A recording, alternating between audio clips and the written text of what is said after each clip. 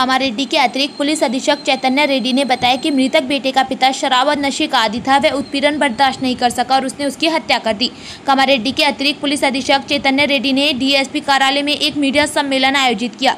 इस अवसर पर एएसपी चैतन्य रेड्डी ने विस्तृत जानकारी दी। इस महीने की 19 तारीख को उन्होंने कहा कि कामारेड्डी नगर पालिका के अंतर्गत लिंगापुर गाँव के वडला निखिल नामक व्यक्ति ने अपने मृत वडला भास्कर की हत्या कर दी। उन्होंने बताया कि बाद में उसे गिरफ्तार कर लिया गया और रिमांड पर ले लिया गया। भास्कर ने बताया कि उनके बेटे निखिल को शराब और ड्रग्स की लत थी, जिसकी जानबूझकर हत्या की गई। बताया कि बेटे निखिल और पिता भास्कर के बीच झगड़े के दौरान पिता भास्कर ने लोहे की रॉड से सिर पर वार कर बेटे निखिल की हत्या कर दी। एएसपी चैतन्य रेड्डी ने बताया कि निखिल हाल ही में खाड़ी देश से लौटा था और पैसों के लिए लगातार अपने पिता भास्कर को परेशान कर रहा था। उसके उत्पीड़न को सहन न कर पाने के कारण उसने उसकी हत्या कर दी। इस कार्यक्रम में कामारेड्डी ग्रामीण सीआई रमन और देवोनीपल्ली एसआई राजू ने भाग लिया। तेलंगाना कामारेड्डी से अनंतोजी कालिदास की रिपोर्ट। అందరికీ నమస్కారం। ఈ నెల 19న మాకు రాళ్లపల్లి ప్రసన్న నుంచి ఒక కంప్లైంట్ వచ్చింది. లింగాపూర్ గ్రామంలో వడ్ల నిఖిల్ అనే అతను చనిపోయాడు.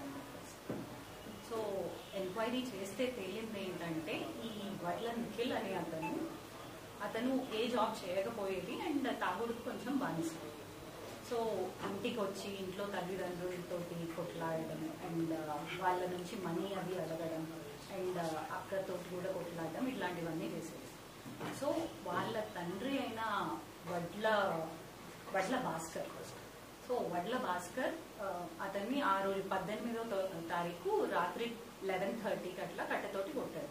కొట్టిన తర్వాత ఇతన్ని హాస్పిటల్కి షిఫ్ట్ చేశారు అండ్ ట్రీట్మెంట్ అయింది. దాని తర్వాత మళ్ళీ తీసుకొచ్చారు. బట్ 19 రోజు ఎర్లీ మార్నింగ్ 5:30కి మళ్ళీ ఐరన్ రాడ్ తోటి కొట్టి చంపేశారు.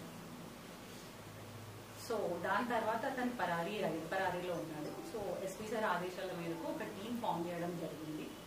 సో ఈ రోజు మార్నింగ్ 10:30కి అట్లా అతను ఆ నిందితుడు వడ్ల భాస్కర్ దొరికాడు. సో ఇది case and I appreciate my team CI Raman and SI Devanpalli SI Raju and the team అది తొందరగా రియాక్ట్ అయ్యి అండ్ ఈరోజు మార్నింగ్ ట్రేస్ చేశారు. సో అతను ఈరోజు కస్టడీలో పంపారు.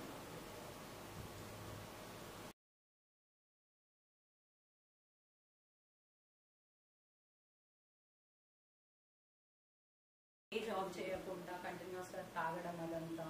ఇతన్ని ఇన్ఫాక్ట్ విదేశాలకు కూడా పంపాడు తండ్రి.